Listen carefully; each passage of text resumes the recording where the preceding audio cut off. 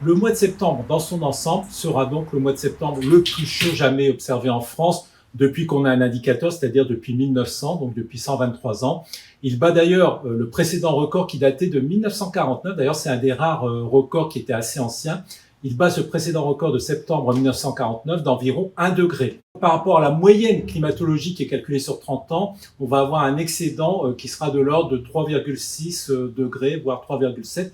Donc un excédent très très important puisqu'il y a peu de mois pour lesquels on a observé une anomalie chaude aussi importante. On peut citer bien sûr août 2003 dont on se souvient et un peu plus anciennement février 1990. Le fait qu'on ait des écarts aussi importants, c'est la conjonction de deux phénomènes. D'une part, la synoptique météo qui fait qu'on a eu des séquences anticycloniques avec des masses d'air chaud qui remontaient du sud de l'Europe. Mais ça se produisait dans le passé, 1949, même plus anciennement, 1911.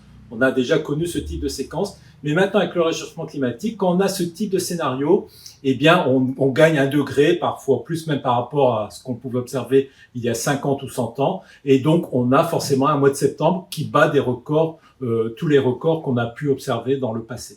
Depuis l'ère pré-industrielle, c'est-à-dire en gros depuis 1850, le réchauffement en France et en Europe en général est plus rapide qu'à l'échelle mondiale. À l'échelle mondiale, on est autour de 1,2 degré de réchauffement. Et à l'échelle de la France, on est proche de 2 degrés gagnés donc depuis 1850.